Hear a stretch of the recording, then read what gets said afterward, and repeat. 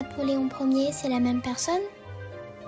Après le coup d'État du 9 novembre 1799, Bonaparte fait rédiger une constitution qui le nomme premier consul, lui donnant ainsi tous les pouvoirs. Il gouverne avec autorité, supprime la liberté d'expression et rétablit l'esclavage. Pourtant, il signe aussi de nombreux traités de paix qui apportent prospérité à la France et à l'Europe.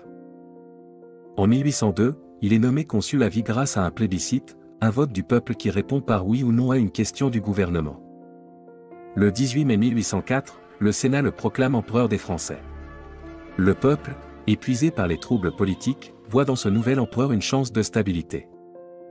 Le 2 décembre de cette année-là, à Notre-Dame de Paris, lors d'une cérémonie somptueuse et contrairement aux conventions habituelles, Napoléon se couronne lui-même avec la couronne bénie par le pape Pie VI, puis couronne son épouse, l'impératrice Joséphine.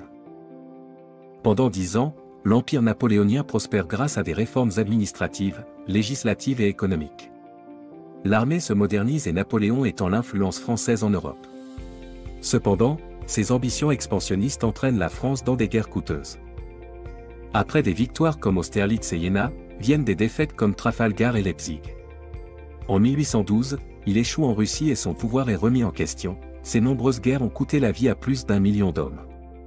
Il abdique donc en 1814 pour s'exiler sur l'île d'Elbe.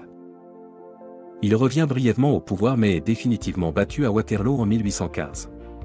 Exilé par les Anglais sur l'île de Sainte-Hélène, il y meurt 6 ans plus tard.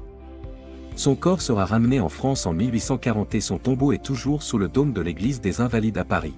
Retrouvez-nous pour en savoir plus sur l'histoire de France avec des séquences complètes.